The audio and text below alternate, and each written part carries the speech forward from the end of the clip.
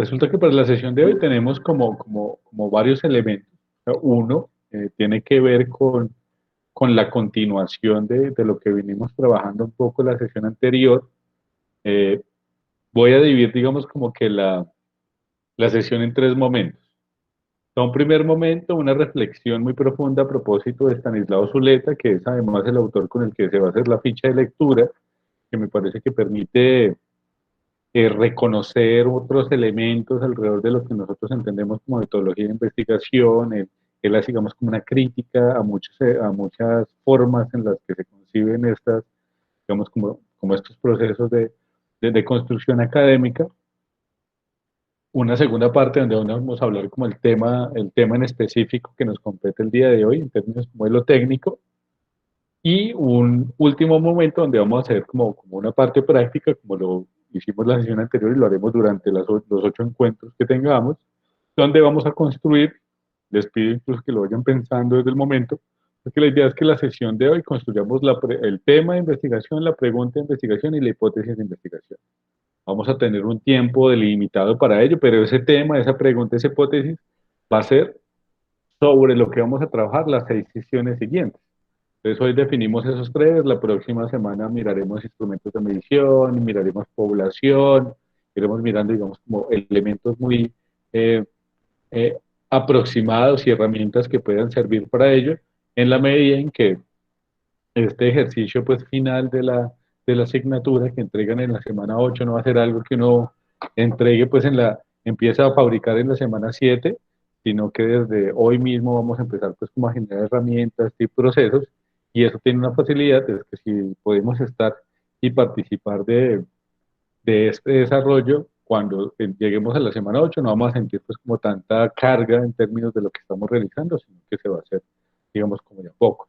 Entonces, me parece muy importante ello, les digo que vayan pensando en eso, cuál va a ser la pregunta, o sea, cuál va a ser el tema que quieren trabajar, cuál va a ser la pregunta de investigación, cuál va a ser la hipótesis, y vamos a hacer como una especie de asesoría al final con cada una de eso sí, todos van a intervenir, todos y todas perdón, van a intervenir, porque sí me parece muy importante que reconocer cuáles son los temas de cada persona e iniciar de pronto con una asesoría, enfocar un poco más la pregunta, algunas dudas que tengan sobre la configuración del mismo, lo podemos hacer.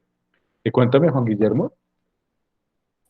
Profe, una consulta, pero usted nos ayudaría pues como en las preguntas que nosotros nos hagamos, como pues decirnos, no, pues está como, pues no, le aconsejo que más bien busque otro tema o algo. Usted nos guiaría. Claro que sí, Juan. La idea de hoy es eso. O sea, vamos a trabajar, digamos, la parte de las dos primeras partes de estos tres partes de la formación, entre las 6:30, digamos, las 7:30, 7:40. Van a tener, digamos, 7:48 para responder, para formular esos temas, y de 8 a 8:30 voy a estar con cada uno en este espacio, cada uno nos va a contar al grupo, además, porque eso me parece que es muy, eso retroalimenta muy bien a todos los demás. Contar cuál fue lo que escogió, voy a hacer, digamos, como algunos comentarios al respecto, y eso va a permitir que desde hoy, si no todos, la mayoría, van a tener ya muy delimitado su tema, van a tener muy delimitado su pregunta de investigación y van a tener muy delimitado su hipótesis de investigación. Entonces, sí, pues, la idea de hoy realmente es esa.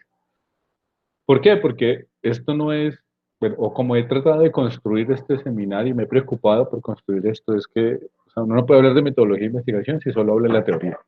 En ese sentido, pues lo que estamos tratando de construir es un proceso muy práctico para que ustedes se vayan con herramientas útiles, concretas, precisas, y esta microinvestigación, que va a ser el resultado de todo este proceso, vaya muy hacia lo que tú estás diciendo. Entonces no te preocupes. Igual, si tú crees que tienes problemas, no hay, o sea, la idea de este espacio es resolverlas. No es preocuparse porque no, es que tengo algunas dudas todavía, me quedaron algunas incertidumbres de la sesión anterior. Hoy es para ello. Incluso si de pronto por alguna razón no podemos abordar eso en totalidad, la próxima sesión iniciamos con esos temas para ir dejando claros los temas y las preguntas. Y vamos entonces, es un proceso, digamos, como muy sincrónico, a medida en que vamos generando todos esos procesos y a la par vamos construyendo los elementos teóricos, los elementos de reflexión, las herramientas, los instrumentos que nos permitan llegar a buen puerto, o sea, que al final de este ciclo, en la semana 8, entreguemos algo que sea coherente tanto en la teoría, o sea, tanto en los elementos que estoy tratando de mostrarles aquí, que ustedes saben que son solo buenas herramientas, tanto en el resultado que ustedes dicen, hice una investigación, que esa investigación puede servirles para más adelante, les puede servir, por ejemplo, para otros seminarios, puede servir para semilleros, pueden convertirse en investigaciones, no sé, en su campo profesional, universitario, para el grado. Entonces no echen por la borda eso, o sea, sino que pensemos que esto realmente puede estarles ayudando desde ya a construir sus, digamos, como sus bases para poder generar, digamos, unas investigaciones de grado, que usualmente uno como que desestima un poco estos seminarios y cuando llega a la parte del grado parte desde cero y eso hace que se complique mucho este ejercicio.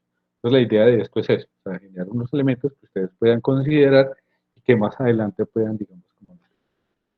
Entonces, bueno, ya como tenemos un espacio un poco como tenemos 2 horas para poder trabajarlo, ¿no? Ya no tenemos la primera semana que a veces todo el tema de los protocolos quita espacio, entonces quiero aprovechar como para poder desarrollar la parte teórica, la parte, pues, como las 2 primeras partes, y dejar un buen espacio para hablar, para discutir, para discernir, para que ustedes puedan construir su pregunta, o sea, bueno, su tema, su pregunta, su hipótesis, y sobre ello, pues ir como caminando de manera colectiva hacia lo que es el final de este ciclo. Entonces, bueno, ¿ya están viendo la pantalla? Sí, profe. Sí, profe. Listo. Bueno, el tema de hoy en específico son las actividades en una investigación cuantitativa, que básicamente son como el tema de la medición, el tema de la estadística, bueno, ya veremos como concretando ello, pero antes de eso voy a hacer como la primera parte, una reflexión alrededor del tema de la investigación y vamos a tener como de la mano de ello el texto sobre el que tienen que hacer el informe de lectura para la semana 4 está en Stanislao, que les pasé en el grupo de WhatsApp, pues, que tomamos las fotos y las convertimos como en PDF, y es sobre esta pregunta que quiero que iniciemos todos, que todos pueden responder esta pregunta desde lo que ustedes consideran, y es eso de, para investigar siempre hay un método preestablecido. ¿Ustedes qué creen de eso? Por favor, cada uno dígame qué opina cuando se dice eso.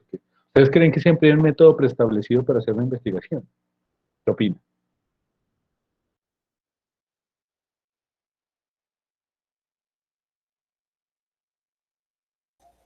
Profe, yo no entendí la pregunta. Dale, la pregunta es, ¿tú crees que siempre que se hace una investigación hay una forma? Recordemos que la sesión anterior hablamos de metodología, o métodos como el camino. Ustedes siempre que van a hacer una investigación, un camino ya, digamos que te dice, es por ahí, siempre hay un camino que ya le dice a uno cómo hacer la investigación, siempre hay una forma que le dice a uno cómo realizar la investigación. Esa es la pregunta. Pues, profe, pues viéndolo, ¿me escuchan? Aló. Sí, te escucho muy bien, Mauricio. Eh, pues lo que pasa es que eso depende también del tema en el cual uno quiera profundizar o quiera hacer la investigación, ¿no? Porque siempre se debe tener en cuenta qué se puede sacar del tema, qué se puede explicar, qué no es como no es tan relevante ese tema en particular. Yo pensaría que pues, si uno pues, necesita hacer una investigación y que quede bien estructurada y bien explicada, pues tiene que seguir un método, porque si comienza uno a investigar por una cosa, la otra, al último no termina haciendo nada. Pues, no sé, eso es pues, lo que yo pienso, ¿no? Dale, muchísimas gracias, Mauricio. Juan Guillermo, ahora sí, tu aporte sobre ello. Mm, profe, pues, por ejemplo, como nos pasa en este momento, pues que no sabemos cómo vamos a hacer la investigación o por dónde empezar, pero pues por algo se empieza y pues uno va haciendo como un caminito, un paso a paso y va pues recolectando información hasta que llega un punto final donde o hay una solución o no hay solución a eso que estamos investigando. Pero pero, se me fue la paloma. pero yo creería que no habría, pues, habría, pues, habría, sí, no habrían varios métodos. Bueno, hay que imaginarse varios métodos y hacer y recolectar información. Muchas gracias por tu aporte, Juan Guillermo. De pronto alguien más, Vladimir aquí está escribiendo en el chat, apenas termine pues lo leo. No sé, Hernán, Estefanía, algún aporte, Daniel. Profe, pues Dale, Hernán. yo pienso que uno debe primero como consultar, tener unas bases de lo que uno va a investigar, empaparse bien del tema y ya pues uno a medida de que consulte va a tener claro y va a elegir el camino pues que le quede como más fácil o pues ya uno se dará cuenta qué es lo que está investigando y ya pues entrará en la metodología y el camino correcto en lo que está uno investigando. Muchísimas gracias por tu aporte, Hernán. Daniel, ¿algún aporte al respecto? Profe, pues yo creería que no hay ningún método establecido porque por eso se llama investigar, buscar nuevas formas, nuevas fuentes de información para adquirir más conocimiento sobre algún tema. Muy bien, Daniel, vas muy bien en lo que queremos de, construir hoy, pero creo que vamos ya dándole como forma a este tema. Sebastián, Profe, pues yo pienso que un método preestablecido no hay. O sea, es cierto que, por ejemplo, podemos tomar como base investigaciones que se hicieron anteriormente, pues basados en que tengan como características similares a la que uno va a realizar, pero que sea 100% exacta o que sea pues eh, bastante similar. No, además, pues puedo tomar, como digo, de inicio alguna otra investigación y en el camino pues se me van a ir presentando cosas que sean diferentes, entonces ahí ya es como más cuestión mía la forma del método que utilizaré para seguir la investigación que tengo. dale, muchísimas gracias por tu aporte, Sebastián, y vas muy de la línea de lo que decía Daniel, y creo que ahí apenas terminen todos de participar, recogeré pues como las ideas. Estefanía, dime tú qué opinas.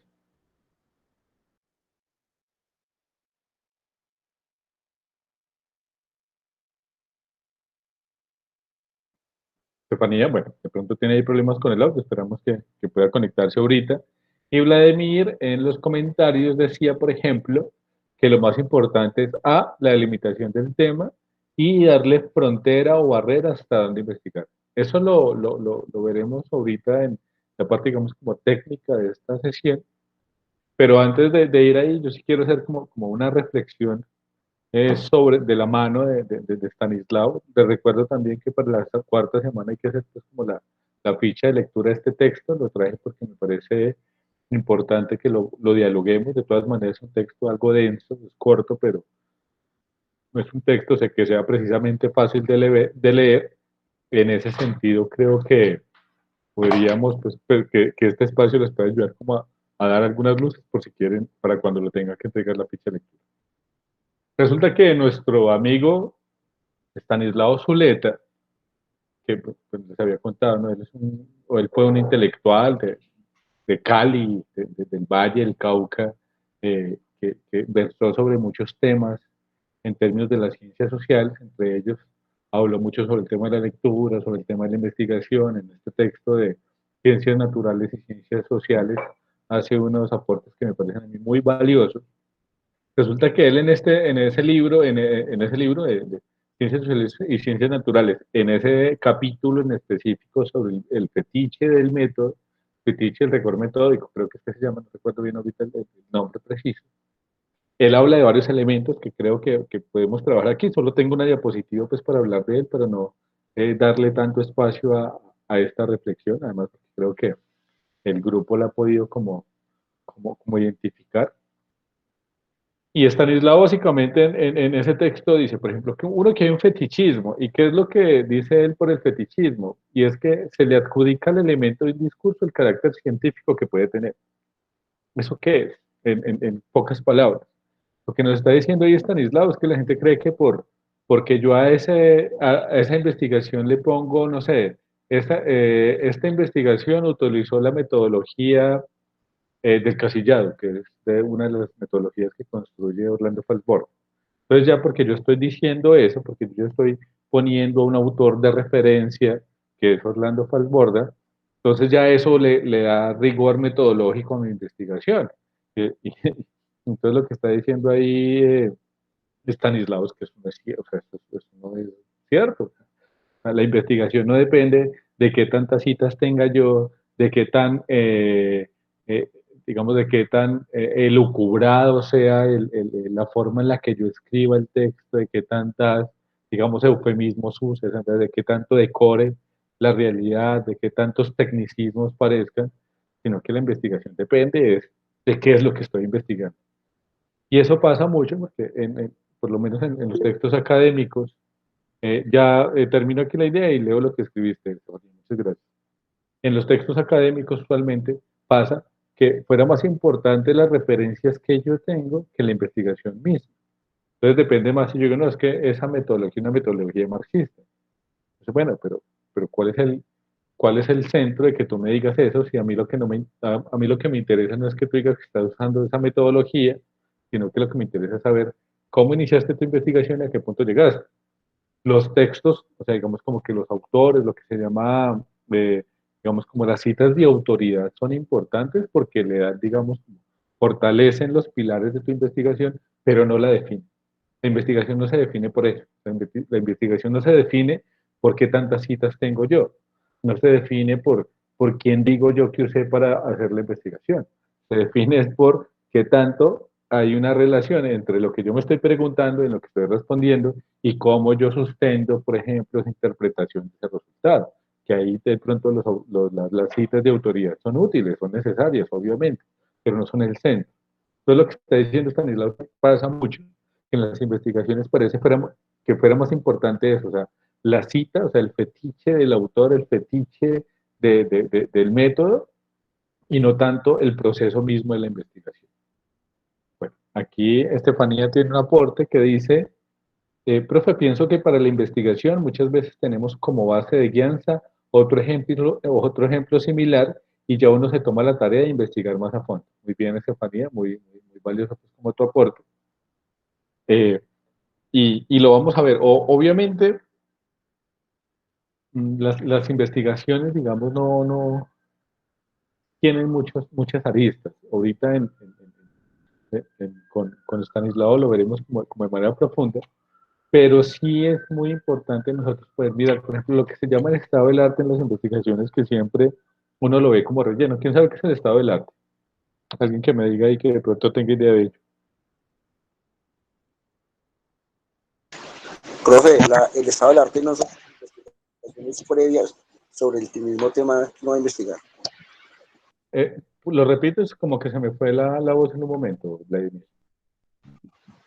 Que te decía que son las investigaciones previas sobre el mismo tema que uno va a investigar. Entonces, es saber qué estudios se han realizado y qué investigaciones hay sobre ese tema en sí. Muy bien, muchas gracias. Pero el estado del arte no es un problema accesorio. O sea, cuando uno hace un proceso, digamos, de tesis, de investigación, parece que el estado de arte fuera una obligación, como que, pero entonces yo tengo que buscar quién hizo algo parecido a lo que estoy haciendo y lo estoy poniendo porque ahí dice que hay que ponerlo. Pero fíjate que lo que tú estás diciendo con lo que dice Estefanía muestra que el estado del arte no es cualquier cosa, porque el estado del arte te permite mirar qué otras investigaciones hay sobre el tema y cómo mi investigación puede avanzar o primero puede beber de esas investigaciones porque siempre le da un punto de inicio, pero además permite a uno comparar qué tanto lo que yo estoy haciendo es válido, porque si yo voy a hacer una investigación y me doy cuenta que alguien ya la hizo y alguien ya respondió lo que me estoy preguntando, pues ya no tiene sentido que lo haga.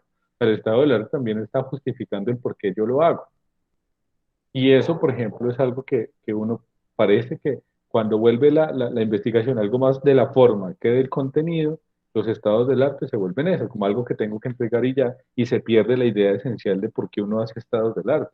Y es lo que tú estás diciendo, Vladimir, o sea, porque es que tú te permite saber qué tanto se ha investigado en ese campo y tú coges esas investigaciones y se vuelven parte de lo que tú haces porque son puntos de inicio y puntos de cierre.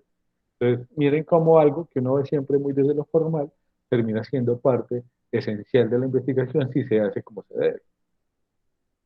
Pero bueno, entonces, por ejemplo, Stanislao también hace algo que él dice que critica el orden riguroso de las tesis. Y aquí, bueno, voy a estar aquí en la diapositiva para que todos la vean.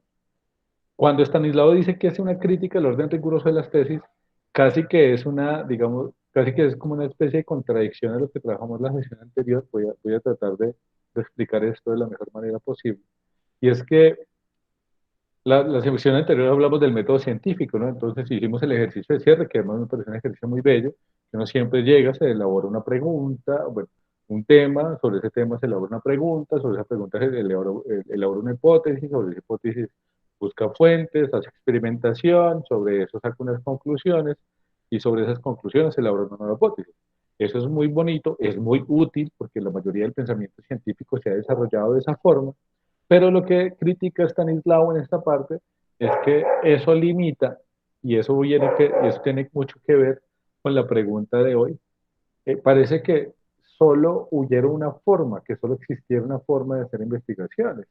Y entonces él dice, a ver, esa forma que nos están dando a nosotros en las metodologías de investigación, en la manera en la que nos dicen a nosotros cómo hacer las tesis de investigación, pues termina limitando la manera en la que escribo. Y él hace dos ejemplos ahí en el texto, él coge a Marx y coge a Freud, y él dice, si fuera por eso, el Capital de Carlos Marx, que es una de las grandes obras de la economía del mundo, independientemente de la postura ideológica, el Capital de Marx es un texto que todo el mundo debe abordar desde la economía, incluso desde la sociología.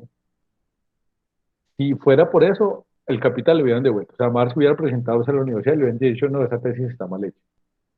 Porque, obvio, él no construyó eso según el orden establecido, según ese orden riguroso, sino que él construyó su propio método. Espera un segundo aquí, ¿quién está hablando?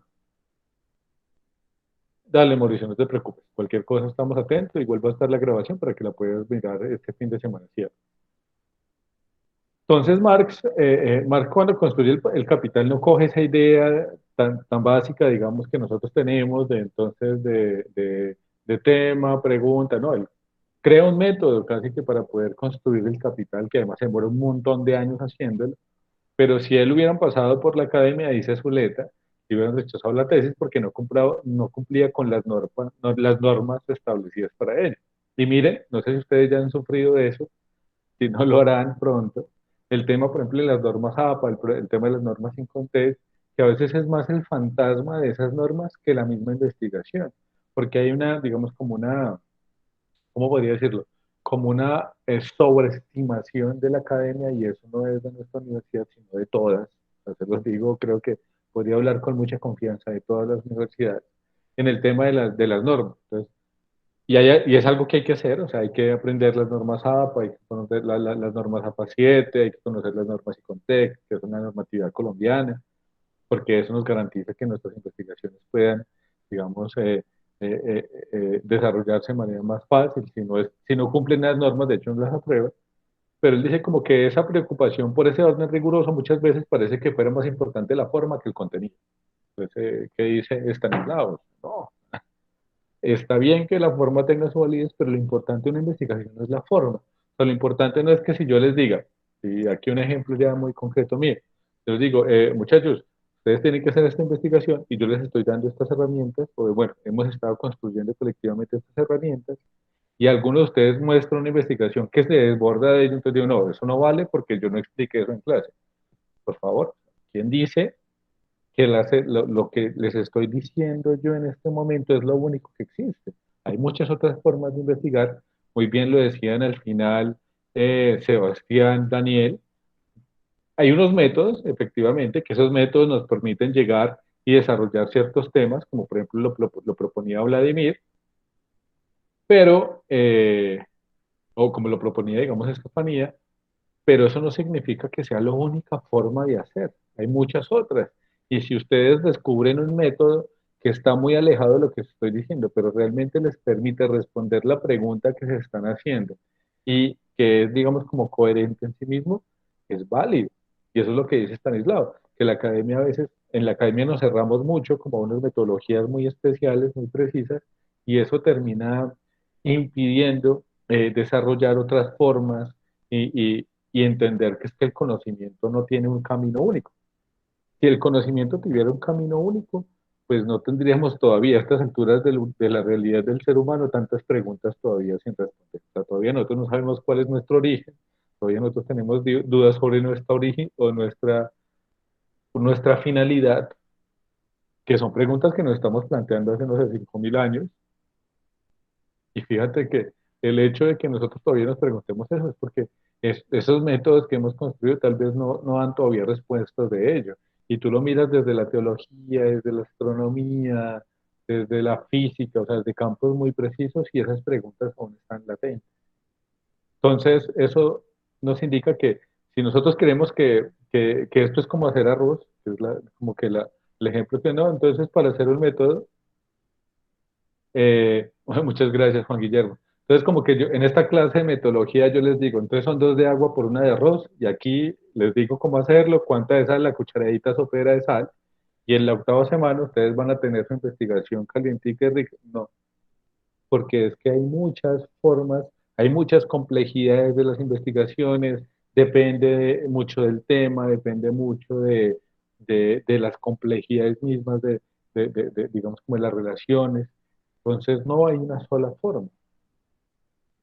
Entonces, fíjense que parece que estuviera como que rebatiendo totalmente lo que dijimos en la primera sesión.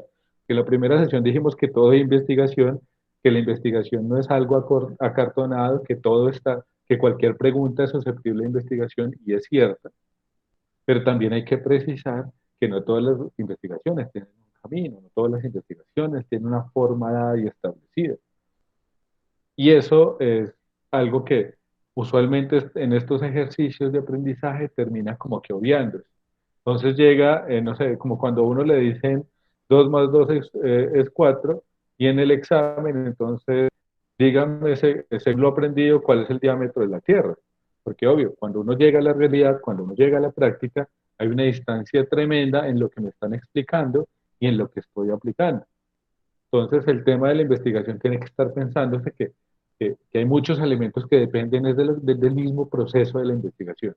Que estas herramientas puede ser, por ejemplo, como lo dice Estefanía, como lo dijo creo que también Juan Guillermo, y eh, eh, como lo dijo Vladimir, o sea, hay unos elementos que les pueden ayudar a facilitar la investigación, pero puede que no. Puede que esas herramientas que les estoy dando yo, que estamos trabajando aquí, que estamos construyendo, no les sirvan para hacer. ¿Qué tienen que hacer? Construir un nuevo método, construir una nueva, digamos, un nuevo paradigma investigativo, porque los que están no son los únicos y podrán haber más sobre la vida que tenemos nuevas. Entonces, fíjense en esa cosita que dice Zuleta sobre el orden riguroso de las tesis, todos los temas que podemos ampliar, todo lo que podemos discutir. También dice que hay un problema en la investigación, es que se quiere tener la verdad antes de emprender la búsqueda. Y ojo, el centro de la investigación no es la hipótesis. Quiero ser muy, muy claro con eso. El centro de la investigación es la pregunta. La hipótesis lo que pasa es que me ayuda a tener, digamos, como un marco referencial, o sea, hacia dónde yo quiero ir. Pero lo que yo no, pero si yo creo que si yo baso la investigación en que tiene que ser sí o sí la hipótesis que yo tengo, pues esa investigación no va a ir para ningún lado. ¿Por qué? Porque ustedes tienen es que tener una pregunta, la hipótesis les permite, digamos, definir mucho más el camino, pero lo fundamental no es que esa hipótesis sea validada, sino que lo fundamental es que esa pregunta sea respuesta. No sé si estoy siendo claro o si estoy siendo, digamos, como muy enrevesado con esto, porque lo que pasa es que muchas veces entonces nosotros creemos como que no, yo tengo esta hipótesis, y como yo tengo esta hipótesis, ese es el camino definitivo que yo tengo, que me va a llevar ahí. Entonces, yo les conté sobre mi experiencia en mi tesis de pregrado.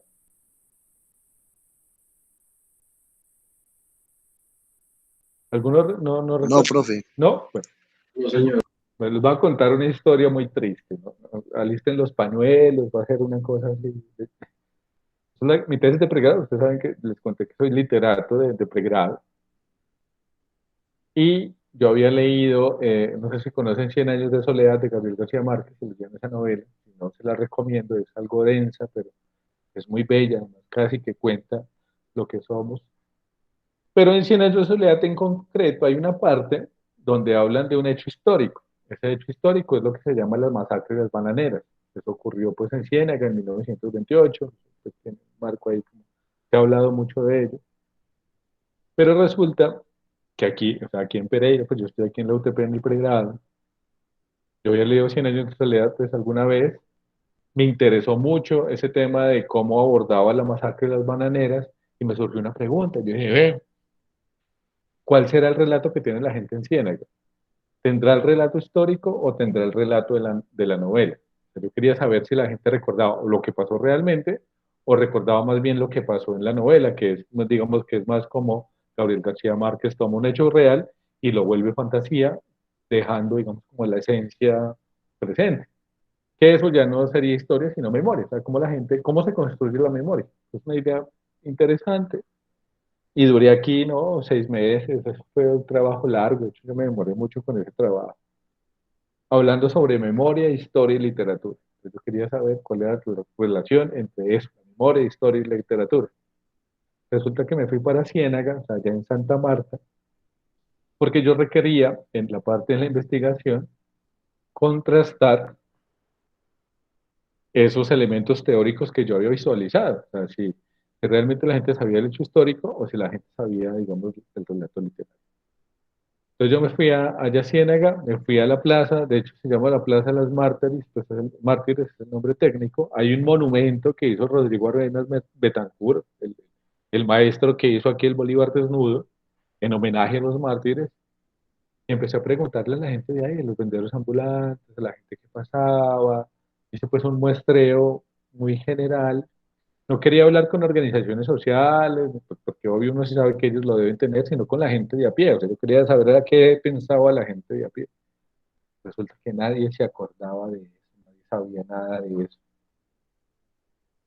Entonces, todo lo que yo había hecho durante varios meses de trabajo, todos los textos que yo había consultado sobre memoria, no me sirvieron para nada, porque la gente no se, o sea, todo lo que yo presumía, o sea, toda mi hipótesis se cayó.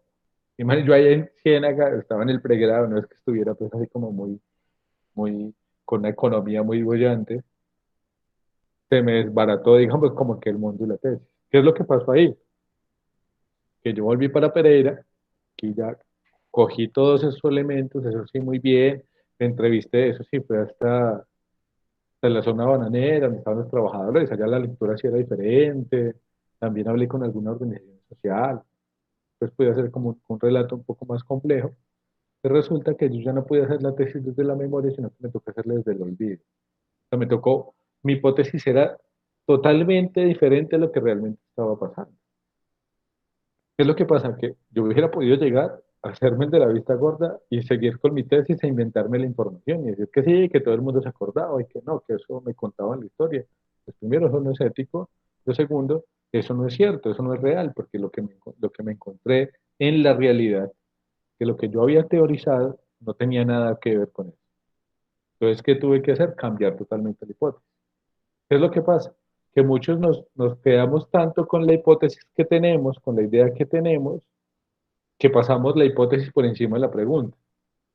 Y si hacemos eso, la investigación va a fallar. Realmente, digamos que la hipótesis es una idea, es un marco referencial, pero puede que les pase como a mí, que después de mucho tiempo, la hipótesis sea totalmente revaluada y tengan que cambiar, digamos, la hipótesis para poder ser coherentes con la investigación. Entonces, miren que eso son situaciones que suceden, que fue una historia, digamos, como curiosa, pero que pues, les cuento porque creo que sirve mucho como para entender esto. No sé si alguien tiene un aporte, una pregunta al respecto.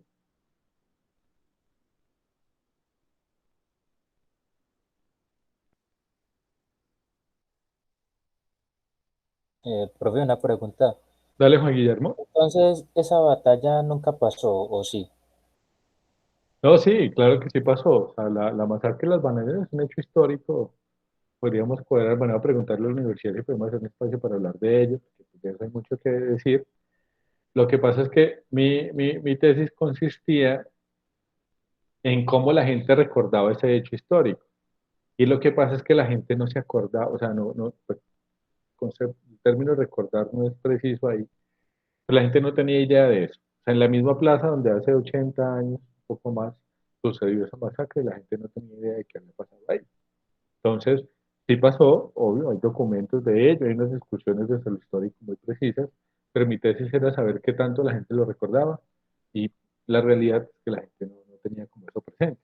¿Por qué? Bueno, pues ahí ya uno podría discutir el tema de por qué el olvido, si es voluntario, si es intencional, eso lo podríamos dialogar como con espacio, porque podría quedar de mucho tiempo hablando de ello, pero para el tema de seminario de investigación solo quería hacer como el ejercicio para explicar la diferencia entre pregunta y hipótesis.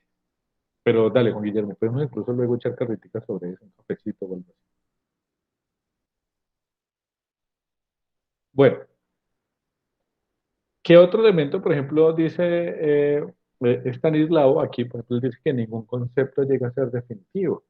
Eso va muy de la mano de lo que estaba diciendo anteriormente, pero también en que toda investigación, y le reitero algo de lo que hablamos la primera sesión de manera, digamos, como constante, y es que toda investigación es una manera de teorizar, o sea, toda investigación es una manera de teorizar, de reflexionar la realidad, y no al contrario, o sea, no es una manera de que, no es una forma en la que yo cojo la realidad y le embuto la teoría que tengo, perdón por el término brusco, sino que finalmente es como yo reflexiono sobre una realidad que está. Pero si yo digo, si yo creo que esos conceptos son definitivos, si yo creo que esas metodologías que estamos trabajando son definitivas, pues lo que voy a hacer es desconociendo que la realidad puede ser cambiante, que la realidad es más compleja que lo que nosotros muchas veces queremos y me voy a limitar en lo que voy a poder aprender y poder desarrollar en esas investigaciones. Entonces fíjense que él dice, ojo, o sea, no quedamos como que esos conceptos que se tienen son definitivos e inamovibles, porque como la realidad es tan mucho más rica, mucho más voluble, eso hace que quedarnos con esos conceptos se pierda la posibilidad de generar investigaciones reales y que tengan pues, un impacto. Otro elemento con el que quiero que reflexionemos, creo que para ir cerrando esto, es pues esta parte, y es que él dice que el pensamiento produce angustia y que el dogmatismo calma la angustia. ¿Por qué creemos por ello? O sea, cuando él dice que el pensamiento produce angustia, ¿ustedes por qué creen que él dice eso? Cuando dice que el dogmatismo calma la angustia, ¿por qué creen que lo dice? Como para cerrar ya esta diapositiva y entrar como tal en la materia de hoy.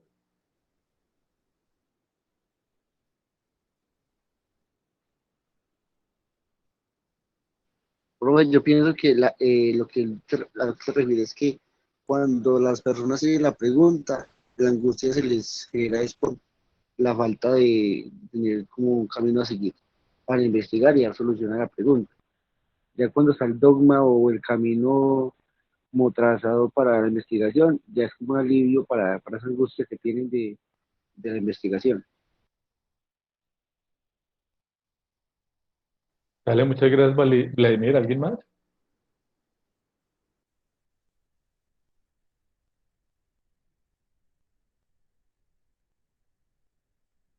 Bueno, creo que con esta intervención de Vladimir estamos como muy en la línea de lo que podríamos... Ah, Juan Guillermo, ¿vas a decir algo?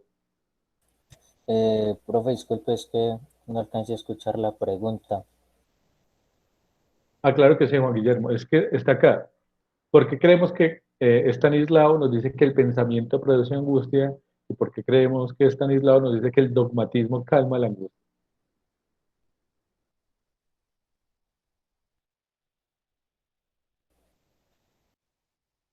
Ay, profe, sí. Ay, sí, me corchó.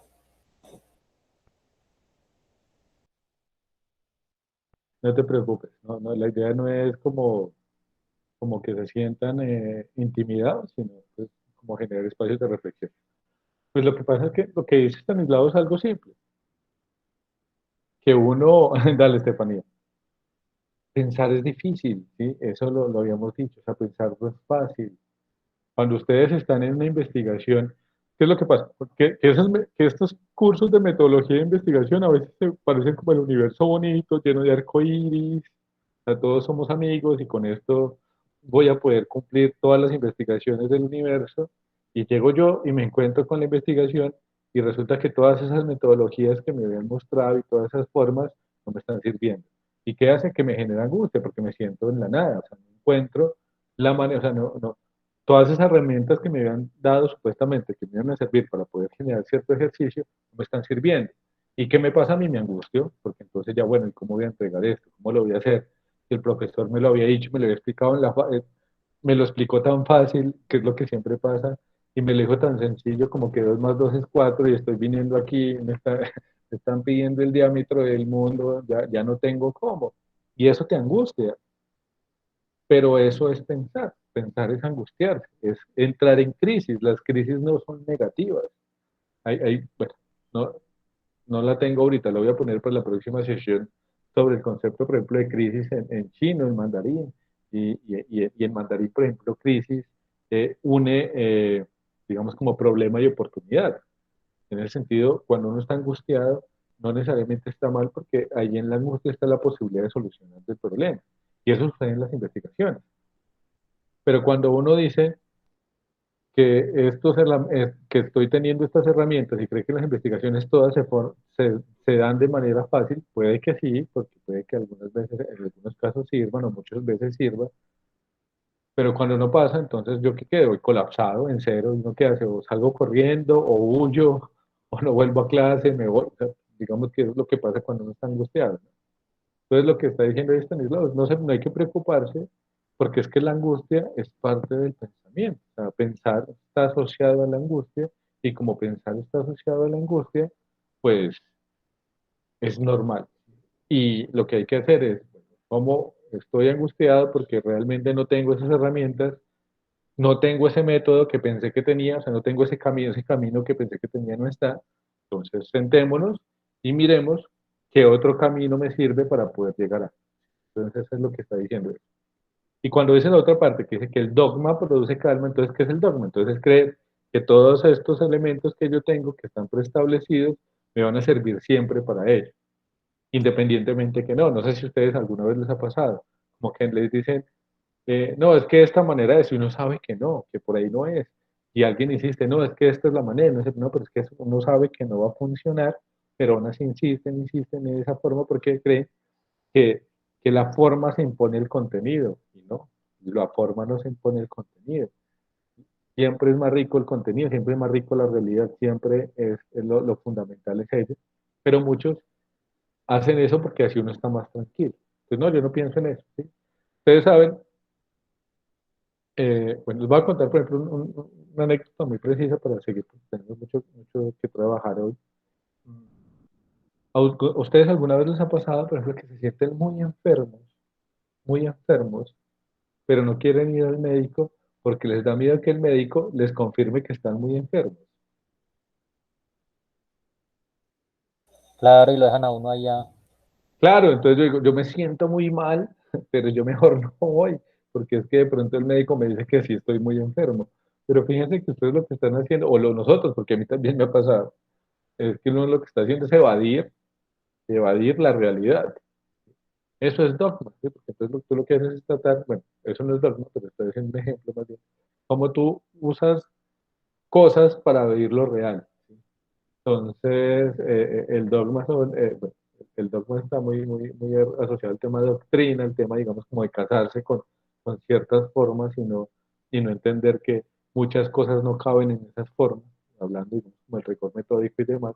Pero para el hecho, por ejemplo, ese tema de la evasión como mecanismo de defensa, que es una condición psicológica que tenemos todos, pues creyendo que no yendo al médico no nos vamos a enfermar más. O sea, que el médico nos corrobore lo que efectivamente podemos tener, como que evitar el médico nos evita la enfermedad cuando no es cierto. O sea, si yo estoy muy enfermo, independientemente que vaya al médico o no, en algún momento eso va a salir y va a ser mucho peor.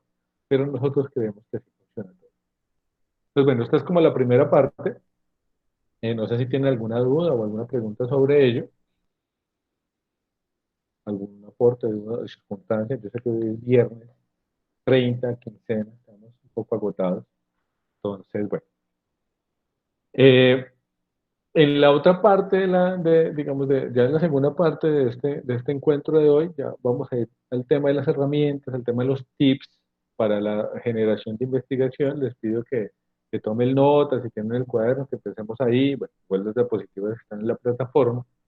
Y hoy en específico vamos a hablar de la medición del fenómeno, vamos a hablar del tema, digamos, de la adquisición, digamos, como la construcción, digamos, como de criterios y categorías, y finalmente vamos a hablar de la interpretación de datos, que es como algo muy preciso, pero que bien desarrollado sirve muchísimo para la realización de las investigaciones.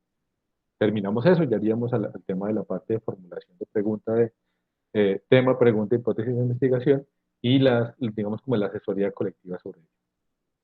Entonces, cuando nosotros hablamos de la medición del fenómeno, tenemos que tener muy claro, y por ejemplo, Juan Guillermo, este punto aquí, y es que el investigador es el que valora los diferentes eventos que le interesan en el interior del proceso investigativo.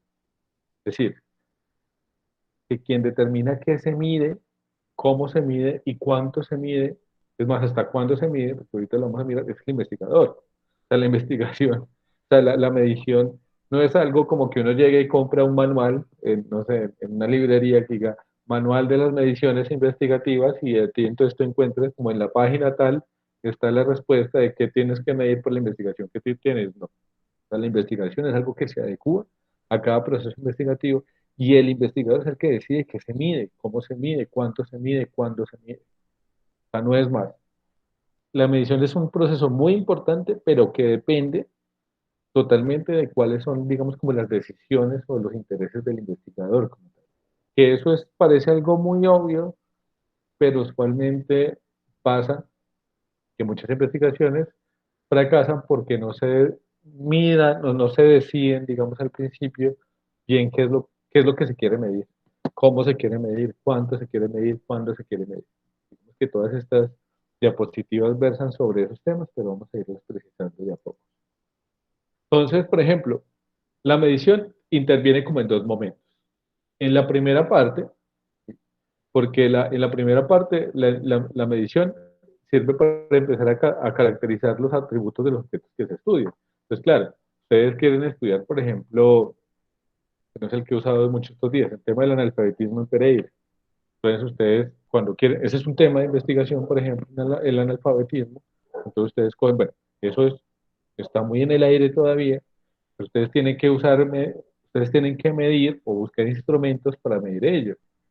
Entonces, si yo digo, una cosa es el analfabetismo, por ejemplo, en niños menores de 8 años, que puede ser muy grande, pero no es grave necesariamente, porque lo que hay es más bien un desfase, o sea, que un niño no se puede a los 8 años, está mal, pero puede que a los 10 sí, pues todavía está, digamos, como en carrera. A mirar, por ejemplo, el analfabetismo en mayores de 30 años, porque, bueno, que alguien a los 30 años no sepa leer y escribir, ya me da otras características.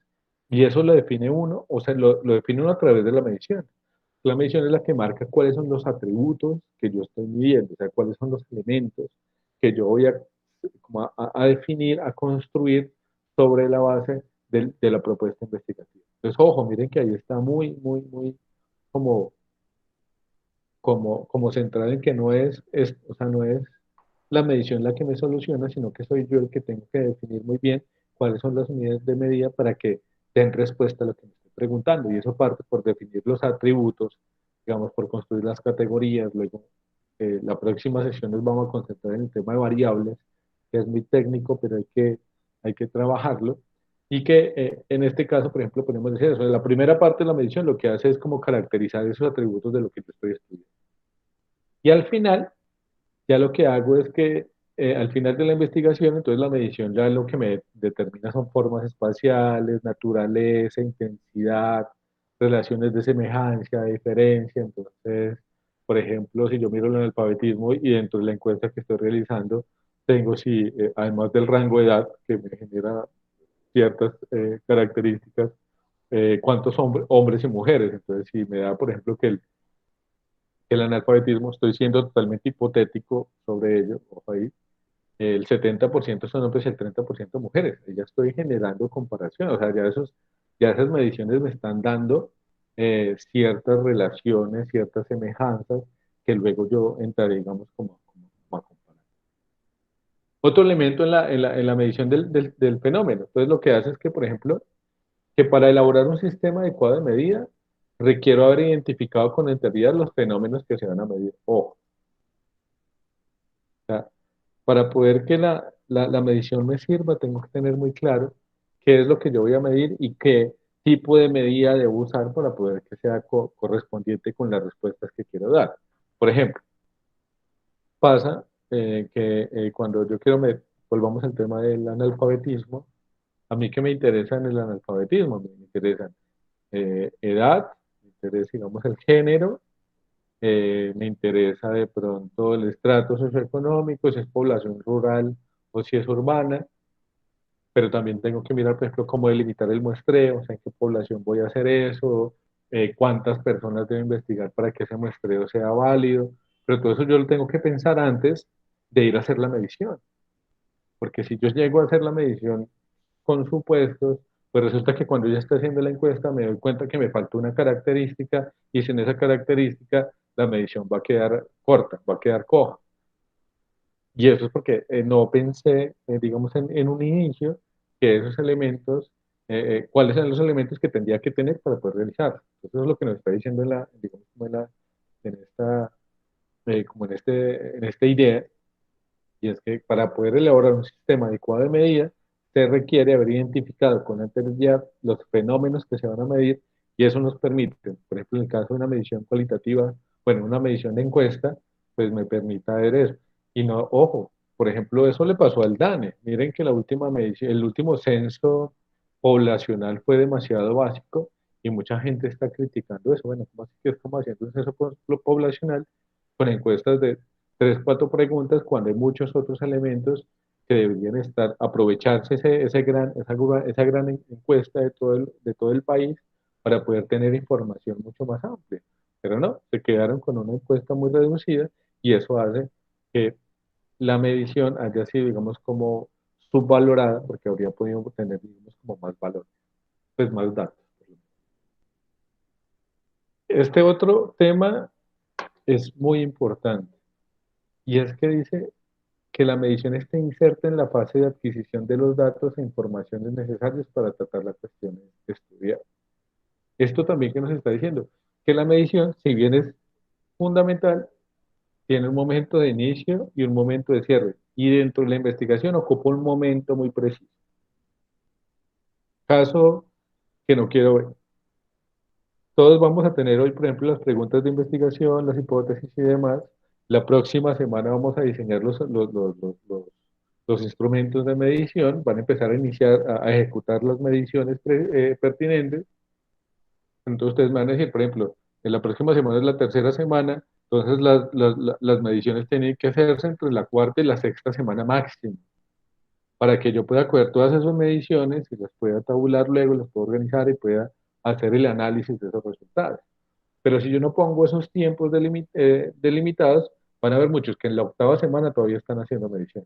No, profe, es que no me ha contestado y yo tenía que, y él es fundamental para eso, o que yo hice esta medición o esta investigación y resulta que se me olvidó preguntar esto y me tocó devolverme, o creo que me faltan más datos, y eso es tremendo. Eso hace que muchas investigaciones queden en la mitad, porque no definen, a ver, por más que la medición sea importante, la medición es la investigación. Volvemos al tema de lo que decía Freire con el fetiche.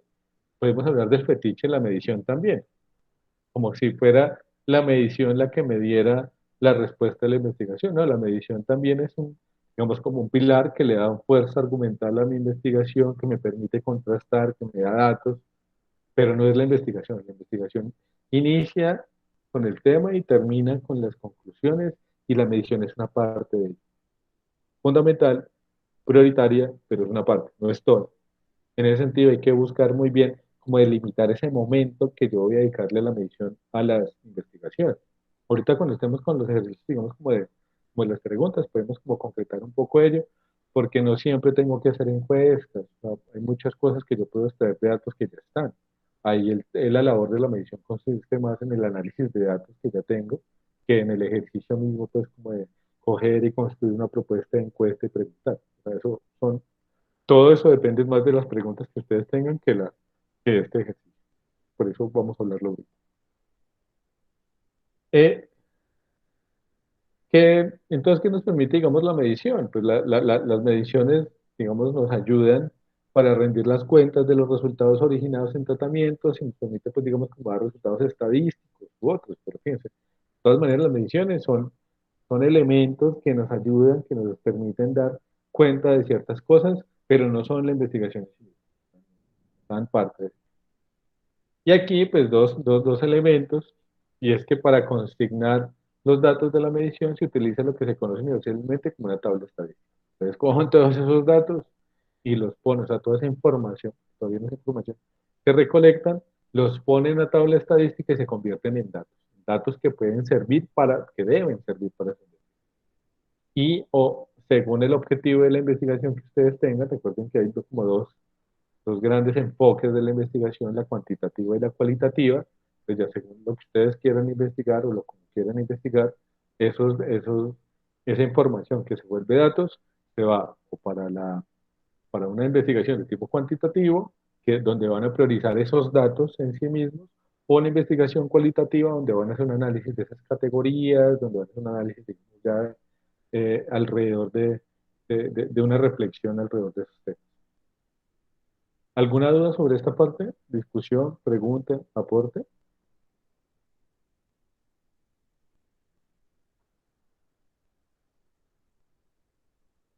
Bueno, ya que no haya dudas sobre ello, pues va a continuar. ¿Qué sigue luego de la medición del fenómeno? Pues lo que sigue es comparar los resultados obtenidos, que eso digamos, digamos, como básico. Yo cojo todos esos resultados y empiezo a hacer comparaciones. Y hacer comparaciones es que es mirar cómo, por ejemplo, hay más hombres que mujeres en términos del analfabetismo. O, por ejemplo, que hay una relación, que ustedes hicieron en las preguntas pusieron además el estrato. Y entonces la mayoría de los analfabetos son pobres, o solo hay analfabetos de estratos 1 y 2. No sé, estoy especulando, podría ser.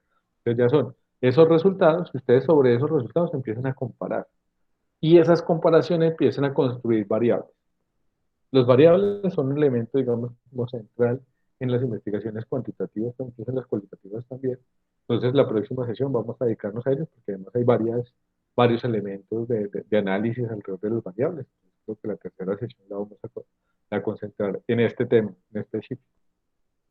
Pero resulta que la comparación de los resultados es lo que nos permite es como determinar y cuantificar las relaciones entre esas dos variables. Volvemos. Entonces, está el tema de edad, está el tema de género, está el tema de estrato, pues, o el tema de acceso económico, está el tema de pobreza. Entonces, sobre datos que yo he obtenido en mi investigación, empiezo a comparar los resultados y esos resultados ya me empiezan a dar variables. Entonces, yo digo, bueno, la mayoría de los analfabetas son hombres de estratos 1 y 2 del sector rural, por ejemplo. Ahí ya no solo tengo datos, sino que esos datos me empiezan a dar, digamos, como unas variables específicas. Y por último, lo que sigue es la interpretación de los resultados obtenidos. ¿Y cuál es la interpretación de los resultados obtenidos? Pues es simple, que bueno, no es simple, más bien es lo más complejo. Porque es que yo puedo hacer, digamos, tener una pregunta muy clara, una hipótesis muy clara, puedo hacer una muy buena medición, pero si yo no interpreto bien esos resultados, pues toda la investigación también colapsa. Recordemos que una investigación es un proceso de principio a fin, donde todas las partes intervienen. Y la adecuada interpretación de los resultados obtenidos se definen modelos, o sea, digamos, modelos aplicables al fenómeno, sirven para construir nuevas hipótesis del mismo fenómeno. Es más, los resultados me pueden cambiar mi hipótesis, y eso está bien, les digo. Ustedes llegan, entonces estoy haciendo algo sobre, no sé, la afectación del COVID al comercio, sobre el supuesto de que el COVID afecta al comercio. Esa es mi hipótesis, pero resulta que yo voy a entrar a un campo y oh sorpresa, el COVID no afecta al subcomercio, sino el comercio ha crecido. Estoy haciendo un caso muy hipotético. ¿Qué hace? Me cambia la hipótesis, pero entonces construyo. Bueno, porque la nueva pregunta es por qué el comercio ha crecido en el COVID. Y busco cómo resuelvo esa hipótesis y si la investigación que había desarrollado tiene esa respuesta inmersa, porque puede que sí. Entonces, fíjense que el análisis de los resultados es fundamental porque nos permite coger toda esa información que hemos recogido y empezar a, digamos, a interpretarla y a construir a partir de ella como nuevos paradigmas investigativos, nuevas hipótesis, nuevos temas. ¿Alguna pregunta o duda hasta aquí? Hasta aquí es, digamos, como la parte de investigación y ya iniciaríamos con la parte práctica, pero eso me parece necesario saber si nos quedó claro todo este tema, si hay de pronto algún aporte allí que siempre es válido y siempre me interesa mucho poder escuchar y escuchar.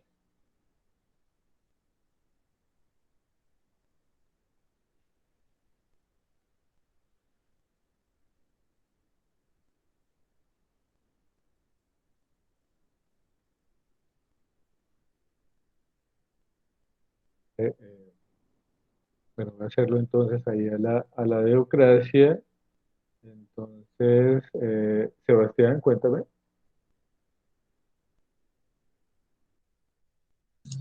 Entonces, no, pues de todo de lo que he explicado pues, hasta el momento, eh, a mí me ha quedado claro. O sea, son como unas pautas y como un, ¿cómo decirlo? Como un buen seguir, o sea, como cosas a tener en cuenta al momento pues, de realizar la, la investigación, ¿no? Es claro que la investigación se basa pues en las pruebas y en los resultados que obtenemos. Entonces, hay que tener pues muy claro cuáles son eh, las medidas y como las preguntas a realizar y como a qué tipo de personas hacerlas para poder pues, obtener resultados y que estos pues eh, sean claros y pueda uno darlos a entender mejor. Muchas gracias, Sebastián. Estefanía interviene aquí en el chat y dice que todo claro, pero en la práctica es donde se nos presenta alguna inquietud, claro que sí. De hecho, por eso todo seminario de metodología de investigación tiene que ser un seminario taller, que tiene que ser teórico-práctico, porque a veces uno en la teoría, como decía Sebastián, parece que todo es muy claro, pero cuando ya me enfrento a la realidad, uf, o sea, todo se me complica. Pero entonces hagamos, digamos, como que la parte ya como de cierre para, o sea, la última parte de este espacio, y consiste en ello. ¿En qué? Bueno, para la próxima sesión vamos a trabajar el tema de variables y metodologías de investigación, que es como la parte técnica y la parte reflexiva también sobre varias metodologías. La actividad de cierre consiste en que ustedes se formulen en este momento la pregunta de investigación para la microinvestigación que deben entregar en la semana 8. Entonces, escoger el tema, escoger la pregunta y, ¿por qué no? De paso, de una vez, escoger la hipótesis que tienen sobre ello e iniciar a trabajar eh, a partir de hoy en ello para que pues, podamos hacer como un resultado mucho más profundo y además lo que dice Estefanía y es que ya en la práctica se complican las cosas. Entonces son las 7:39, ¿qué les parece? Y nos vemos a las 8. Les doy 20 minuticos para que piensen ello y la última media hora cada uno nos va a compartir eh, cuál es su tema, cuál es su pregunta, cuál es su hipótesis y vamos a entablar, digamos, como un diálogo al respecto de sugerencias, correcciones, propuestas. ¿Qué opinan? Listo, ya que no hay debates, entonces son las... Profe, yo creo que algunos ya la tenemos hechas. Dime. Yo creo que algunos ya la tenemos hechas. Ah, bueno, pero ojo ahí en términos de que, eh, gracias ahí por el aporte, que es una pregunta que debe estar medida para ser resuelta en 8 semanas. Es decir, que no puede ser tan pequeña como para que la resuelva hoy mismo y no puede ser tan grande como para que sea una pregunta que sea para todo el semestre. sino que sea una pregunta ajustada a proporciones a las 7 semanas que estamos, digamos, como trabajando, o sea, que sea algo que hoy segunda semana pueda entregar sin problema en la octava semana y que me permita además dar cuenta de todos estos ejercicios que hemos estado viendo y que veremos también en el transcurso de la semana. Pero si tú me dices que ya la tienes desarrollada, lista, y que esa pregunta vas a poder trabajarla, vas a poder hacer instrumentos de medición, vas a poder tener, digamos, como debates alrededor de la construcción de variables, vas a tener como construir argumentos teóricos, vas a tener como recolectar, digamos, fuentes y datos, vas a tener como construir conclusiones y que no va a ser un ejercicio que ya hoy lo tienes. Muy bien, Estefanía, si el tema es libre, pueden escoger lo que quieran. Les recomiendo, y también muy en la idea de lo que dice Guillermo, algo que les guste, que no sea que estén, a, a veces estas investigaciones son muy complicadas y casi que uno que termina odiando lo que investiga. Y para eso es, digamos, muy válido, por lo menos en estos ejercicios, que son ejercicios iniciales, que sean temas que sean cercanos a ustedes, que ustedes quieran indagar en ello. Puede ser, digamos, por un tema profesional, puede ser por un tema personal, pero que ustedes sepan, ay, qué chévere, yo quiero preguntarme sobre esto y quiero hacer un proceso de investigación y me queda fácil porque lo puedo resolver en la universidad o en mi barrio o, bueno, o en mi empresa me pueden permitir, por ejemplo, hacer un análisis de ello. O sea, piensen algo, entonces les estoy dando, digamos, como 20 minutos para que piensen bien eso, para que lo reflexionen bien y en 20 minutos ya cada uno podría irme dando las respuestas. Si Juan Guillermo ya la tiene, bien, entonces aprovecha, te tomas un cafecito mientras nosotros reflexionamos o reflexionan y entonces a las 8, de 8 a 8 y media, podríamos trabajar. ¿Qué les parece? O bueno, podríamos, si ya varios la tienen respuesta, resuelta, perdón, podríamos trabajar de 7:55 a 8 y media para tener más espacio, o 7:50 a 8 y media para tener más, algún espacio para responder.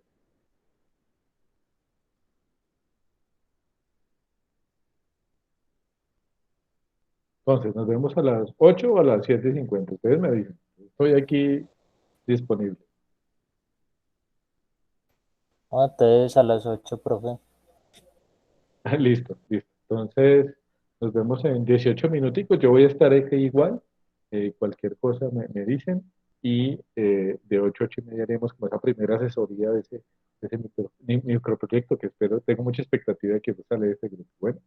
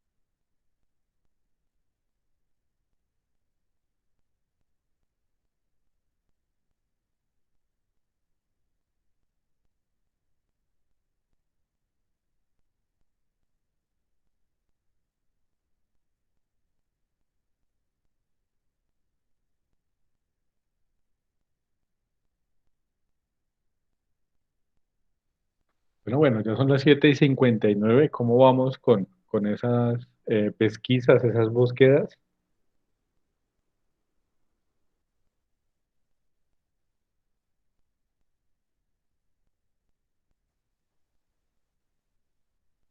Se quedaron dormidos, ¿qué pasó? Es que es viernes, son las 8 de la noche, es quincena.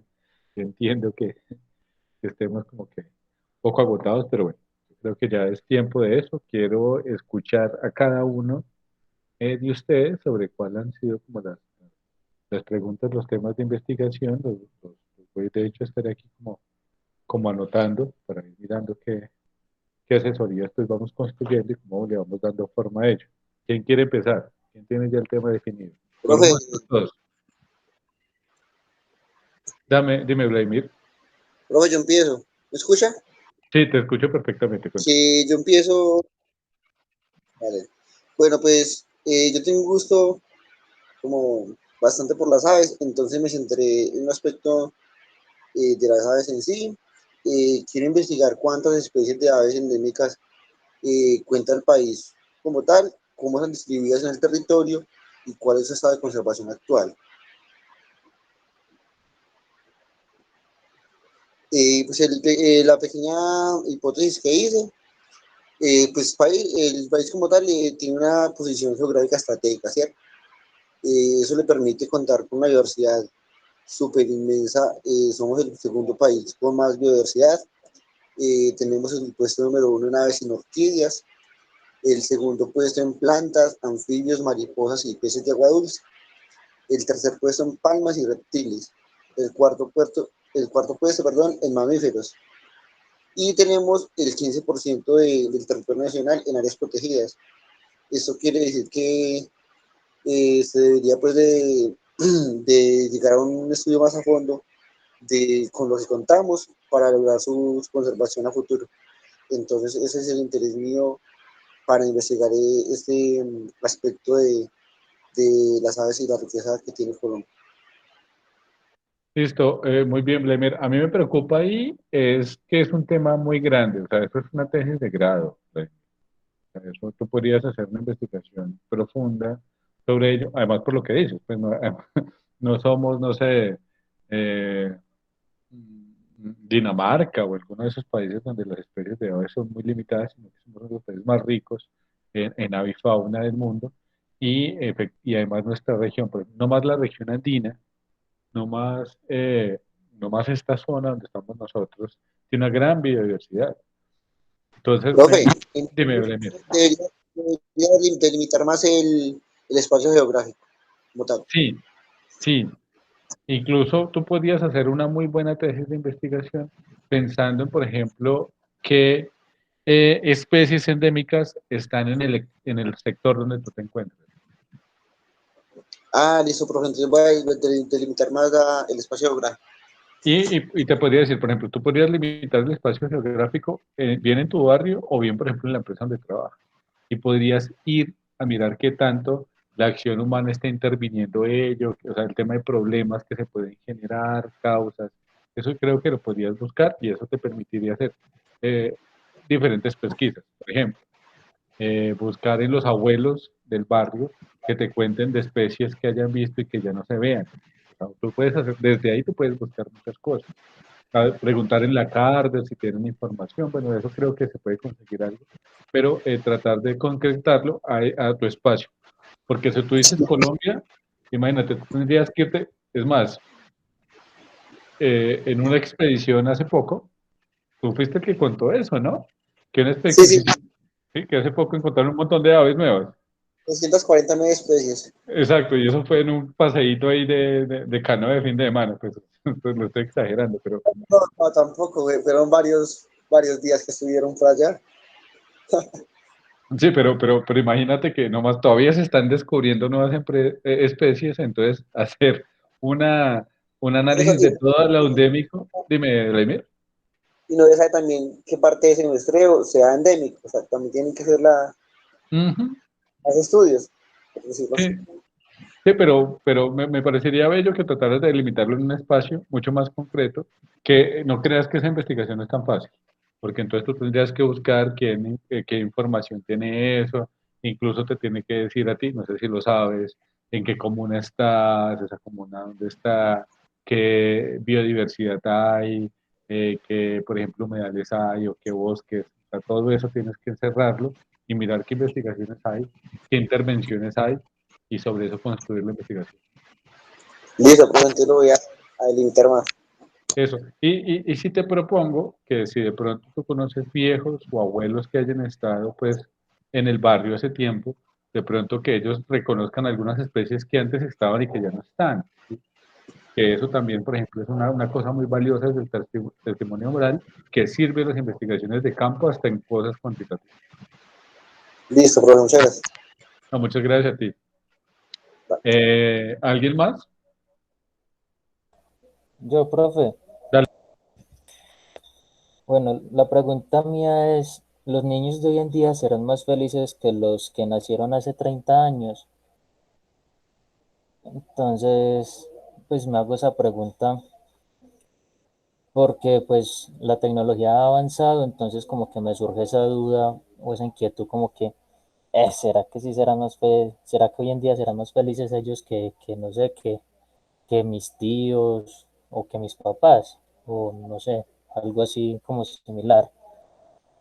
Entonces, bueno, entonces como esa es como la hipótesis.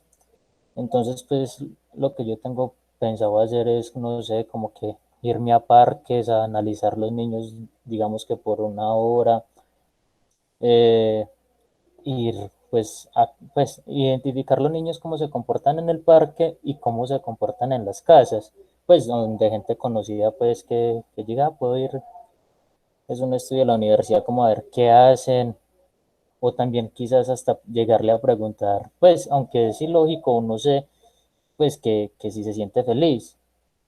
Y también, pues, obviamente hacerle preguntas a los tíos, a los conocidos, a personas así de trabajo y eso, qué tan felices fueron ellos en la infancia.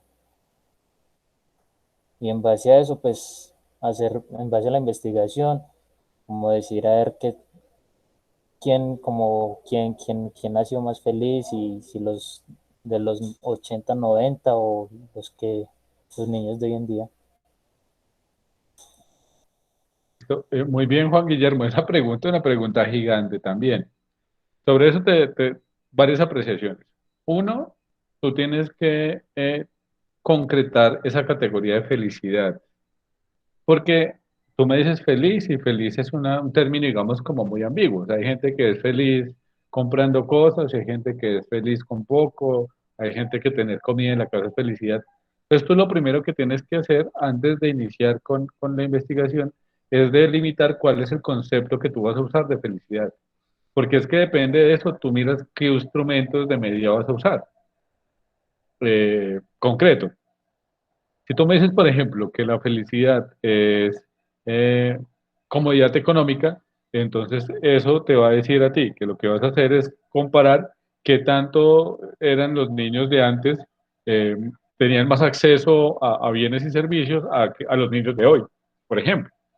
Si tú dices que la felicidad es tecnología, entonces tú comparas qué tanto tenían los niños acceso a tecnología antes a hoy. O por ejemplo, si tú dices que la felicidad es poder compartir con otros, entonces tú ya haces un análisis de qué tanto los niños salían y jugaban hoy o qué tanto salen y juegan bueno, perdón, qué tanto salen y jugaban hace 30 años y qué tanto salen y juegan ahora. Pero entonces eso depende de la categoría que tú elijas. Porque cuando yo te diga, por ejemplo, bueno, Juan Guillermo, tú me vas a hablar sobre si los niños son más felices hoy, ¿cuál es tu concepto de qué es ser feliz? Y tú me dices, no, profe, no sé, para mí ser feliz es estar alegre. Y eso hay que concretarlo en algo. Y sobre esa definición, tú ya empiezas a construir las variables.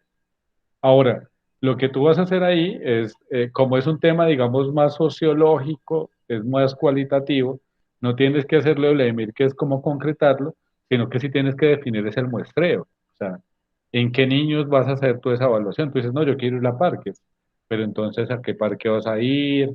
¿En qué días? ¿En qué momento? Porque yo sé pues, que además aquí no nos caracterizamos por tener tanto tiempo para hacer ese tipo de investigaciones o bueno, si tienes la posibilidad, es que en mi núcleo familiar hay muchos niños y yo quiero comparar, por ejemplo, si son más felices mis sobrinos que mis hermanos o si son más felices los niños, los hijos, no sé, de mis tías, los niños que a ti te rodean, que lo que fuiste a ti y los otros de tu generación. Ahí puedes hacer, se llama etnografía, es una investigación etnográfica que es bella, pero que sí precisa de que tengas muy claras esas categorías para que no te pierdas. Porque si tú me lo dices desde la felicidad, para mí ese concepto de la felicidad es muy ambiguo. Por ejemplo, aquí nomás nos podríamos sentar nosotros a mirar qué, qué conseguimos por felicidad y estoy seguro que cada uno tiene una idea diferente. Como eso es así, tú construyes esa categoría, busca autores que tengan esa categoría de felicidad que tú quieras y miras cómo construir mediciones alrededor de eso. ¿Sí lo ves? Sí, profe. Sí, pero sí, sí está claro. O sea, la idea me gusta mucho. De hecho, sería una propuesta etnográfica bellísima, pero tendrías que definir el tema de cuál es tu concepto de felicidad, según en qué autores, bueno, según qué elementos, y sobre eso, entonces ya podríamos, por ejemplo, en la próxima sesión, empezar a determinar qué instrumentos de medición vamos a usar para construir esa categoría de lo que tú llamas felicidad en los niños. Listo, profe. Voy a Listo, trabajar en eso. listo, exacto. Entonces, por ahora te queda la tarea que definas qué es felicidad. Así como Vladimir tiene que acortar la pregunta, entonces tú tienes que definir las categorías y sobre esa definición de categorías la próxima semana hacemos medición. ¿Alguien más?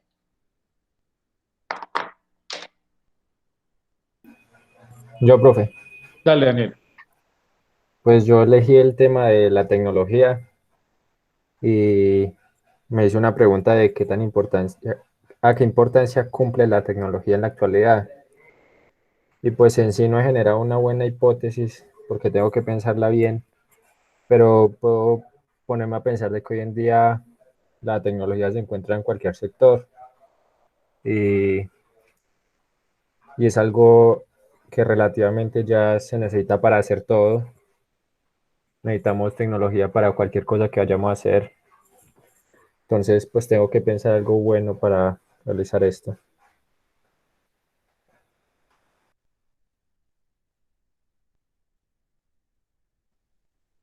Sí, Daniel, aquí estoy, pues, no, no crean, estoy aquí es como copiándoles a cada uno como los temas para ir pensándolos bien. Esa pregunta que haces es amplia, amplia en la medida en que, digamos que si tú dices que qué importancia cumple la tecnología en la actualidad, bueno, pues tú puedes como definirlo de alguna manera como simple. Pues porque lo que tú decías, sí, o sea, la tecnología es muy importante porque hoy está en todo. Entonces, digamos, como podrías como enfocar la pregunta, te propongo, o sea, ya es tu tema de investigación, eso es lo que estoy proponiendo. Por ejemplo, como eh, qué tan positiva o negativa es la tecnología en la actualidad. Porque aquí tú ya no estás diciendo si es importante o no, porque digamos que para todos es cierto que es importante, sino que tú ya estás buscando encontrar puntos a favor y en contra de ella. Y sobre eso podríamos versar en muchas cosas, porque entonces ya ahí tú, por ejemplo, podrías decir, bueno, sí, la tecnología es importante porque permite las clases telepresenciales, bueno, o medidas por TIC, pero es negativa en la medida en que nos está generando un distanciamiento entre personas. Entonces ya tú vas en un bus o vas a una reunión cuando se puede a un café o a un bar y resulta que todo el mundo está en el celular y se pierde, se genera una distancia entre los sujetos. Te estoy diciendo pues como hipótesis que estoy elaborando yo. Entonces si tú te preguntas ya, no tanto si es importante, sino digamos cuáles son los elementos positivos y negativos de la tecnología en la actualidad, una pregunta que te puede generar como muchas aristas. Y sobre eso, sobre esa pregunta, ya tú, por ejemplo, podrías precisarla a algo que te permita hacer una medición concreta. Entonces tú, por ejemplo, harías lo que se llama un estudio de caso. Eso lo veremos en estos días, pero para ti lo puedo, bueno, para Vladimir también le sirve mucho, ¿no? Creo que no, a todos nos sirve mucho y eso porque, entonces tú tienes una gran pregunta, ¿qué tan positivo o negativo es la tecnología? Pero como tú no vas a irte a todo el mundo, o sea, a 7.000 millones de personas, 8.000 casi creo, a preguntarle a ello, tú lo que haces es un muestreo, o sea, lo que llamo un estudio de caso preciso, y a partir de ese estudio de caso tú haces una respuesta a una pregunta global. O sea, tú respondes a preguntas globales a partir de estudios colectivos, digamos, concretos. En ese sentido, lo que habría lo que falta, creo yo, es precisar cuál va a ser el estudio de campo que te va a permitir definir esa pregunta. Eso, por ejemplo, sería algo que tendríamos que definir. ¿Cómo? ¿Cuál va a ser el instrumento de medición? Porque volvemos con lo que le pasa a Juan Guillermo. Dime qué es felicidad, porque de eso depende cómo lo mide. Y entonces dime cómo podemos medir, o bueno, vamos mirando cómo podemos medir ese tema de qué tan positivo o negativo es la tecnología y miremos qué muestreo vamos a usar, en qué población vamos a analizar eso, qué método vamos a usar. Por ejemplo, esa pregunta que tú puedes hacer, podríamos diseñarnos un formulario de Google y ese formulario entregárselo a los estudiantes de la Remington, solicitar el permiso pues en coordinación académica, bueno, una entidad para que nos permitan pues proponer eso, y de los estudiantes de la Remington con 100, 200 que respondan, podríamos tomar ya unos elementos de medición para poder responder ello. Por ejemplo, ¿qué te parece? Creo que eso se podría hacer. Sí, profe, una buena idea ahí. Exacto, ya es muy concreto, te permite tener un gremio, una muestra muy delimitada. Tú vas a decir que eso lo haces o sea, abrimos ese formulario el viernes de la semana 4 y lo cerramos el viernes de la semana 6, 2 semanas para que la gente responda, y con lo que tú tengas ya puedes hacer un análisis de datos sobre ello. Sí, sí, señor. Listo, la idea es como ir como proponiendo eso. Ustedes, por ejemplo, incluso Juan Guillermo podría pensar en ese tipo de cosas, ir mirando, bueno, de pronto podría definir felicidad en términos de buscar una población como la universidad o como mi trabajo, como mi barrio, como mi familia, que me permita hacerlo desde mi entorno y que no me complique yendo a otros lados, porque es que ir a otros lados es tiempo, es permiso, es trabajo con un centro de investigaciones y a veces pedir información es muy tedioso, que la gente es reticente a entregar información, y bueno, la idea también es poder pensar que esa información la puedo conseguir fácil. Bueno, dale, Daniel. Sí, estamos entonces contigo. Eh, Sebastián, Hernán, Estefanía. Profe, Dale. yo, bueno, el tema, pues, como algo así de lo que estamos viviendo, de lo que está pasando sobre la reforma tributaria. Entonces, pues, yo sé que eso genera muchas preguntas y muchas hipótesis, pero yo la que elegí fue como si a la final se llevará a cabo la reforma tributaria o el pueblo logrará imponerla. Entonces, pues, la hipótesis que yo me hago es que si todos nos unimos y nos unimos a esta protesta o nos manifestamos de cualquier forma posible, pues en lo que podamos, yo sé que a la final pues el presidente o nuestros gobernantes nos tendrán que escuchar. Eh, lo complejo es que estamos en medio de un grave repunte de casos de coronavirus, que pues también es un tema muy complejo ahí. Entonces, esa era como mi hipótesis, pero se ve que el gobierno sí nos escucha porque hoy lo que está investigando es que el presidente modificó, pues dijo que iba a modificar parte de la reforma, pero pues no es lo que se está exigiendo por parte del pueblo, sino porque lo que exigimos es que no se haga la reforma como tal. Entonces, es eso, si a la final pues sí podrá llevar a cabo o el pueblo será escuchado. Dale, Hernán. Ahí hay un tema contigo, y es que tú estás haciendo una investigación profundamente sociológica. Esa investigación que es cualitativa es 100%, porque la mayoría de la investigación depende del análisis, digamos, como de la interpretación más bien de lo que es. Lo que sí te requiere a ti es un análisis de archivo gigante. O sea, tú tienes que coger los periódicos, tienes que coger, por ejemplo, las resoluciones del ministerio, tienes que coger los programas de YouTube, los programas, además, por ejemplo, en YouTube me parece que es una fuente de información valiosísima. Entonces tú coges La Puya, tú coges Wally Opina, tú coges esos canales alternativos que se están formando, que tienen además como cosas que, bueno, coges Noticias Uno, coges Caracoles, o sea, tú coges todo el tema, que es que la reforma tributaria es lo que nos está moviendo. De hecho, no sé si alcanzan a escuchar los cacerolazos al fondo del barrio. Eh, es algo que es muy latente, pero sobre lo cual hay demasiada información. Entonces, ¿tú cómo vas a medir? Tú lo que vas a medir es toda la información que hay sobre ello que te permita delimitar cuál es el problema. O sea, tú dices, se va a aplicar o no, pero tú lo que tienes que explicar en tu investigación es qué es la reforma tributaria. Entonces, tienes que coger todo eso y hacer un análisis muy, digamos, acucioso, juicioso y pedagógico de ello para que los que leamos eso entendamos de manera completa qué es la reforma. Pero entonces, como tu debate no es qué es, sino si se aplica o no, entonces tú tienes que coger el tema, por ejemplo, de las movilizaciones sociales que se están generando, el tema de las manifestaciones, tendrías que citar, no sé, a gente de los gremios, de los comerciantes, de los sindicatos, eso no es tan difícil de conseguir, creo que se puede conseguir esa información, por lo menos en Pereira, pues como para irnos como a lo nacional, y sobre eso contrastar esos datos que son muy cualitativos y hacer unas categorías de análisis que te permitan determinar eso. Es más, lo que tú dices, bueno, yo ya vi que el gobierno empezó a ceder en algunos puntos. La pregunta es, bueno, ¿eso sí va a ceder como es? ¿O lo que va a hacer es construir una cosa maniquea, que también ha pasado, que es así, no la vamos a aplicar si calma a todo el mundo y la aplican, por ejemplo, y eso lo tienes que hacer alrededor de la interpretación. Pues mira que tu propuesta, muy distinta a la que han presentado, por ejemplo, Vladimir, Juan Guillermo y Sebastián, es altamente cualitativa, pero eso requiere de mucha lectura, eso requiere de mucho análisis de datos que está, digamos, como en un universo que tú tienes que delimitar. Entonces tú tienes que escuchar los argumentos a favor, los argumentos en contra, las diferentes tesis que se están construyendo y a partir de ello generar un elemento de análisis que dé cuenta de esa investigación. Lo que estoy diciendo, es una muy buena investigación, pero creo que lo hemos dicho en la sesión anterior. Ahí están las dos categorías. Cuando no hay unidades de medida, le toca a uno crear, o cuando hay un corpus muy amplio, y la tarea entonces es filtrar, hacer una muy buena filtración de todo ello. Entonces a ti te toca hacer una filtración muy, muy profunda y precisa de todo ello. Listo, profe, gracias. Dale, Hernán.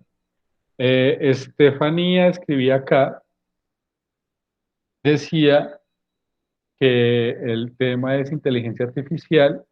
Y la pregunta es, ¿la inteligencia artificial influye o atenta contra los derechos de la privacidad o intimidad? Ya sé ya sé de qué inteligencia estás hablando, de la que están usando, por ejemplo, en las redes sociales y demás.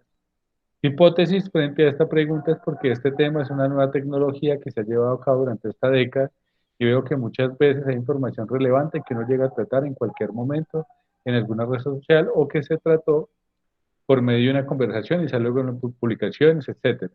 Es un ejemplo de cosas que me han pasado y a veces me cuestiono, porque pienso que ya hemos llegado a un potencial muy alto de tecnología donde una máquina ya realiza predicciones reales.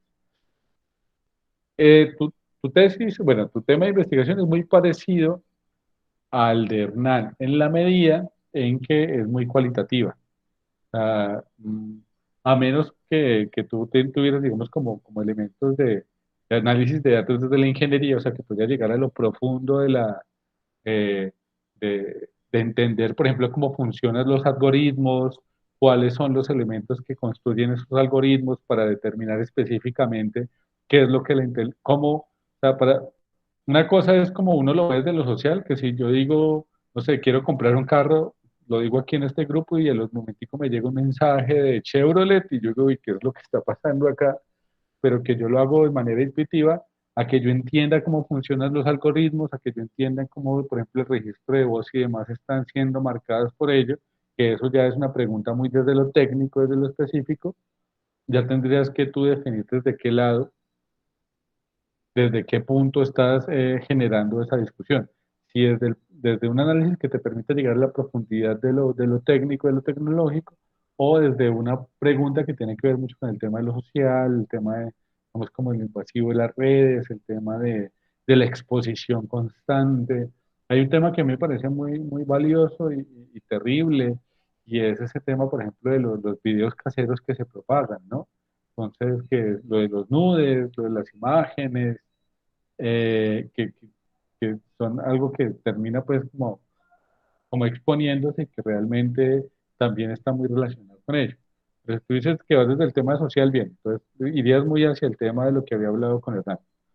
Tienes que hacer un análisis muy cuantioso, muy amplio, O sea, sus investigaciones están muy amplias, muy, que requieren investigar en términos de qué es lo que dice la oficialidad, qué es lo que dice Mark Zuckerberg, qué es lo que dice el gobierno, qué es lo que dice Mintic, por ejemplo, estudios de casos concretos donde la gente diga que se ha visto vulnerada su intimidad.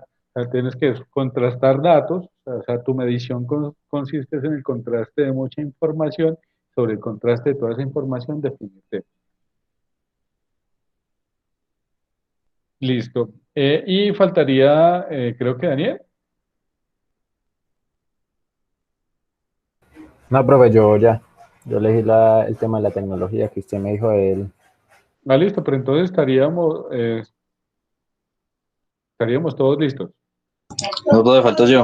Ah, ya, perdóname, Sebastián, fuiste tú. Dale. Profe, pues yo también había escogido el tema de la inteligencia artificial.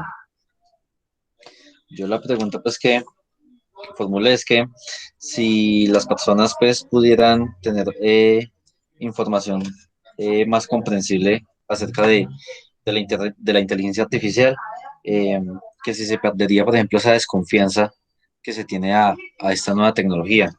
O sea que, por ejemplo, a veces lo que nos venden las películas, ¿no? De que la inteligencia artificial, con los robots, con las máquinas, que van a causar como, de cierta manera, un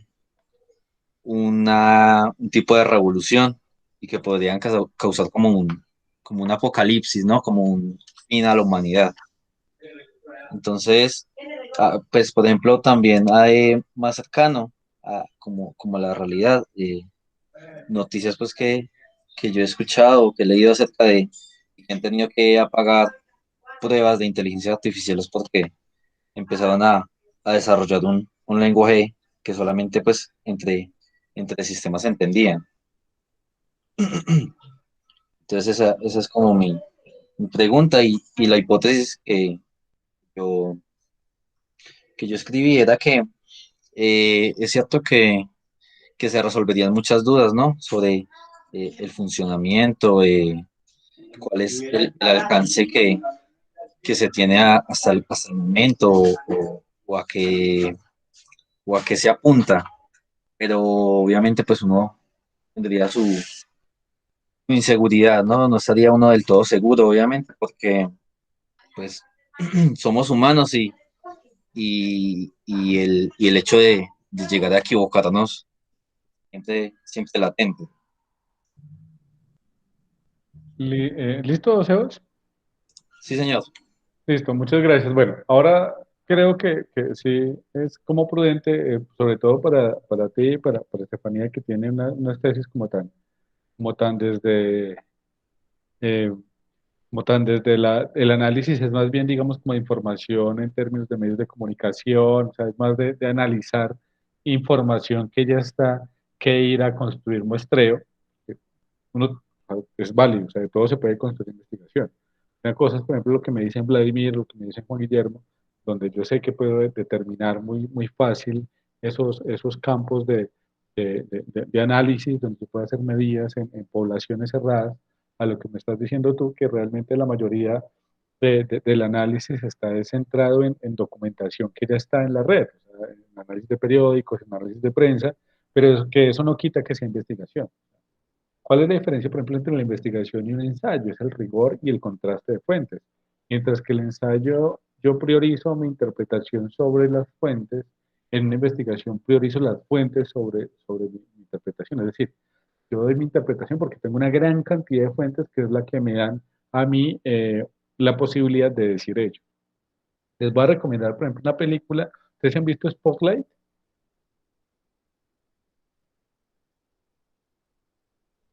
¿Algunos han visto Spotlight? No, profe, yo Bueno, no me suena.